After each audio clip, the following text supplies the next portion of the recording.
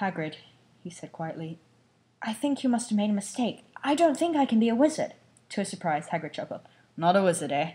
Never made things happen when you was scared or angry? Harry looked into the fire. Now he came to think about it. Every odd thing that ever made his aunt and uncle ferocious with him had happened when Harry, had been upset or angry. Chased by Dudley's gang, he had somehow found himself out of their reach. Dreading going to school with that ridiculous haircut, he managed to make it grow back. And the very last time Harry had hit him, hadn't he got his revenge without even realizing he was doing it? Hadn't he set a boa constrictor on him? Harry looked back at Hagrid smiling, and saw that Hagrid was positively beaming at him. See, said Hagrid, Harry Potter, not a wizard. You wait. You'll be right famous at Hogwarts. But Uncle Vernon wasn't going to give in without a fight. Wasn't he learn? Haven't I told you he's not going? He hissed. He's going to Stonewall High, and he'll be grateful for it. I've read those letters, and he needs all sorts of rubbish. Spellbooks and wands, and if he wants to go, a great muggle like you won't stop him, growled Hagrid. Stop Lily and James Potter's son going to Hogwarts. You're mad. His name's been down ever since he was born.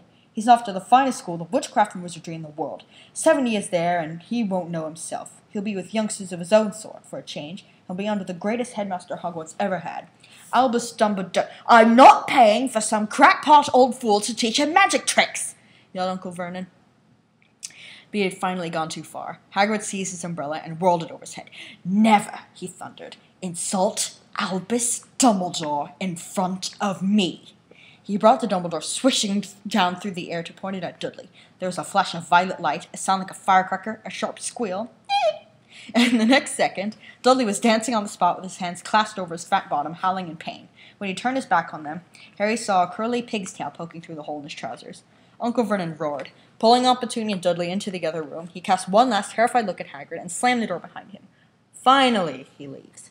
Took him long enough. Hagrid looked down at his umbrella and stroked his beard. Sokka, take off that beard. I can't. It's permanently glued to my face. Okay.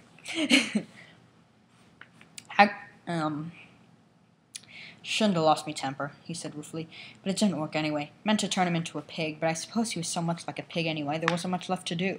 He cast a sideways look at Harry under his bushy eyebrows. Be grateful if you didn't, mention that to anyone at Hogwarts, he said. I'm, not supposed to do magic, strictly speaking.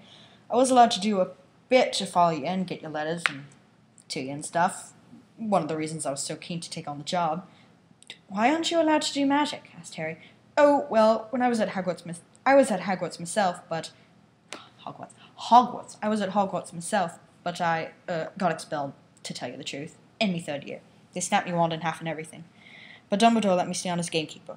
Great man, Dumbledore. Why were you expelled? It's getting late, we've got loads to do tomorrow, said Hagrid loudly. Gotta get up to town, gotta get all your books and that. He took off his thick black coat and threw it to Harry. You can kip under that, he said. Don't mind if it wriggles a bit. I think I still got a couple of dormice in one of the pockets. And in that rather odd note, the chapter ends. OMGs, you guys, Harry is a wizard. I bet you totally didn't see this coming. This is like such a shock. Alright. So, it's 4 chapters down. 13 to go. Oh joy. Join us next time, right here. This is Dragonkeeper19600, signing off.